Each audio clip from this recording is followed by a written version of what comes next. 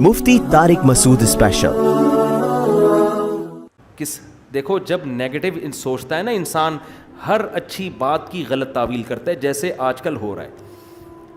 میں عمران خان کا مجھے نہیں یاد پڑتا میں نے کبھی ووٹ دیا ہے, نہ میں کہتا ہوں کہ ابھی جو نئی حکومت بنی ہے وہ غلط ہے. ہو سکتا ہے شہباز شریف ملک میں ایسے کام کر لیں جو عمران خان نہیں کر سکا, ہو سکتا ہے ملک ترقی کرنا شروع کر دے. لیکن ایک بات جو میری مذہبی ذمہ داری ہے, عمران خان کے ہر اچھے کام کی جس طرح سے تعویل کی جا رہی ہے نا, یہ تعویل قیامت کے دن گلے پڑ سکتی ہے. کچھ بھی اچھا کرے گا نا, وہ تو جو مخالف ہے نا انہوں نے کیڑے ہی نکالنے اور یہودی ایجنٹ ہی بولنا ہے اس کو.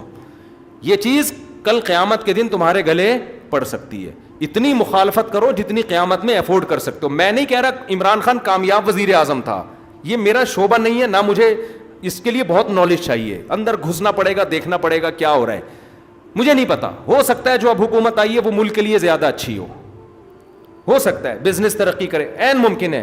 لیکن کچھ کام عمران خان نے ایسے کیے ہیں جو آج سے پہلے وزیر اعظم نے نہیں کیے. کچھ کام ایسے جن میں آپ بولو کہ یہ اچھے ہیں. آپ کہہ سکتے ہو مفتی صاحب آپ سیاست کو کیوں لے آتے ہو, میں سیاست کو نہیں لے کر آ رہا. میں جو قوم کی ہٹ دھرمی ہے نا, کہ اچھائی کو بھی کیڑے نکال کے برائی, اور اپنے والے کی ہر برائی کو بھی کیا کرنا ہے, اچھا قرار دینا ہے. آپ ووٹ جس کو چاہے دیں, جس جماعت میں ہوں, کوئی مسئلہ نہیں ہے. ہم سیاسی اختلافات ہمیشہ سے ہیں, اور میں بار بار کہنا, ہو سکتا ہے شہباز شریف اچھے وزیر اعظم ثابت ہوں, عین ممکن ہے, مجھے نہیں پتا, ممکن ہے. لیکن اتنی تعویلات صبح و شام لوگوں سے بحث ہوتی ہیں. وہ قانون پاس کروا رہا ہے, وہ ابھی بہت ساری کچھ ہیں بولنے کے لیے. علماء ہی نے یہ کام کیا, 20 پوائنٹ جمع کیے ہیں. 20 کام عمران خان کے ایسے ہیں جو اب تک کسی نے نہیں کیے. وہ بہت پازیٹیو کام ہے اس کا.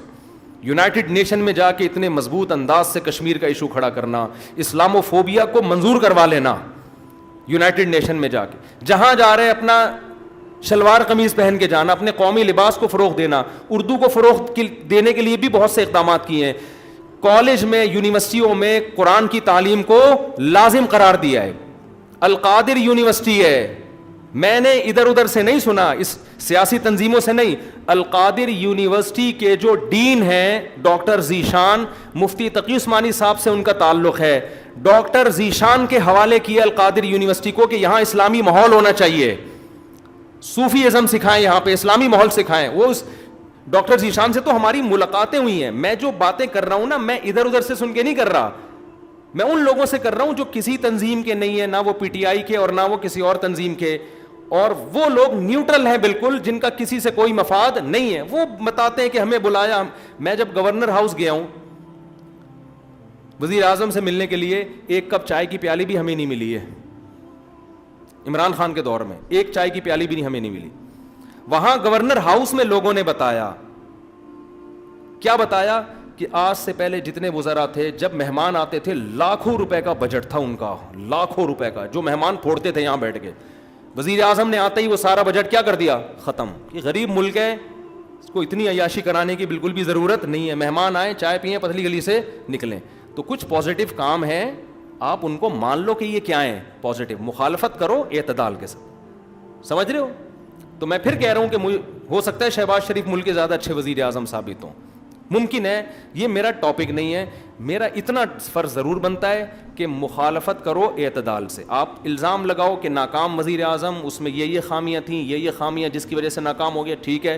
لیکن جو اچھے کام کیے ہیں ان میں خام میں بیٹھ کے گھما کے اس کو اتنی تعویلیں اتنے گھمانا, اس کو حد ہوتی ہے یار کسی چیز کی. ایبسولوٹلی ناٹ کہہ رہا ہے وہ واضح طور پر. کتنا جھوٹ بولو گے آپ.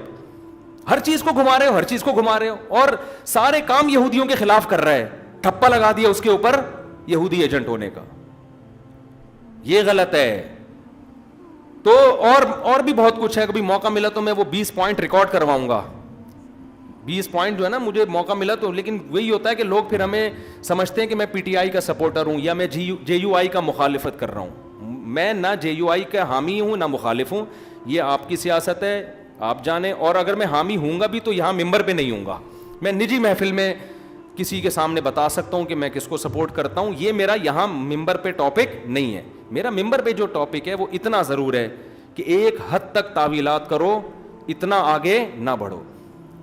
اور جو کام اس نے اگر کوئی قادیانی کی سپورٹ میں بالفرض کیا ہے, تو آپ آج جس کی حمایت کر رہے ہو انہوں نے اس سے زیادہ سپورٹ میں کام کیے ہوں گے, وہ سارے کام آپ پی جاتے ہو, صحیح ہے نا,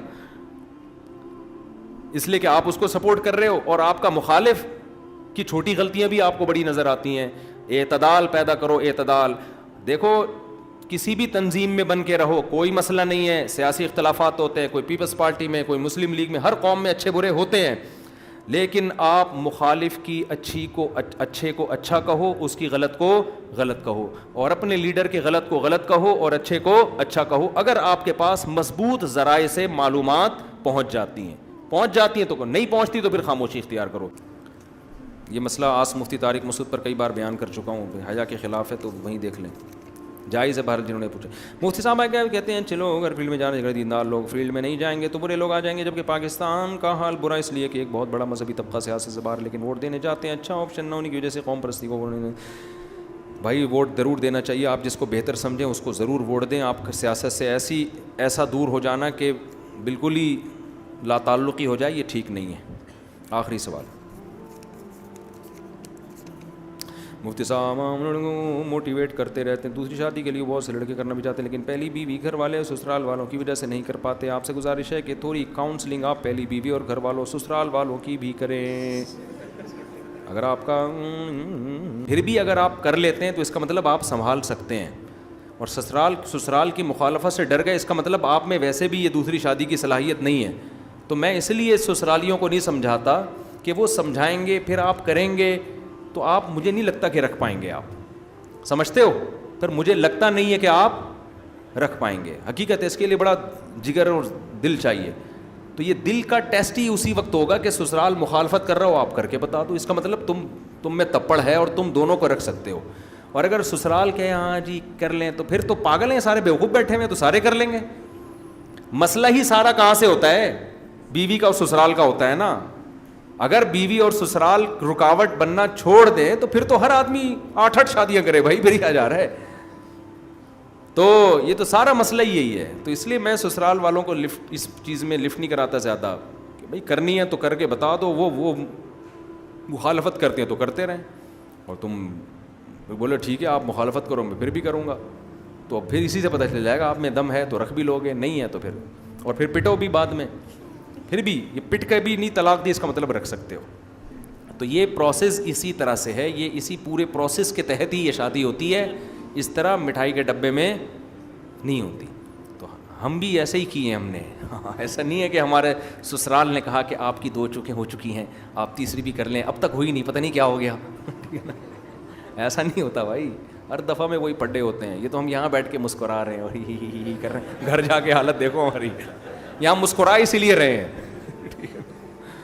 تو گھر جا کے حالت دیکھو, تانے یہ ہوتا ہے. اب تھوڑا بہتر ہو گئے لیکن بہت کچھ ہوتا ہے. اب چھوڑو, زیادہ تفصیل میں نہیں جاؤ. سبحانک اللہم و بحمدک نشہد ان لا الہ الا انت نستغفرک.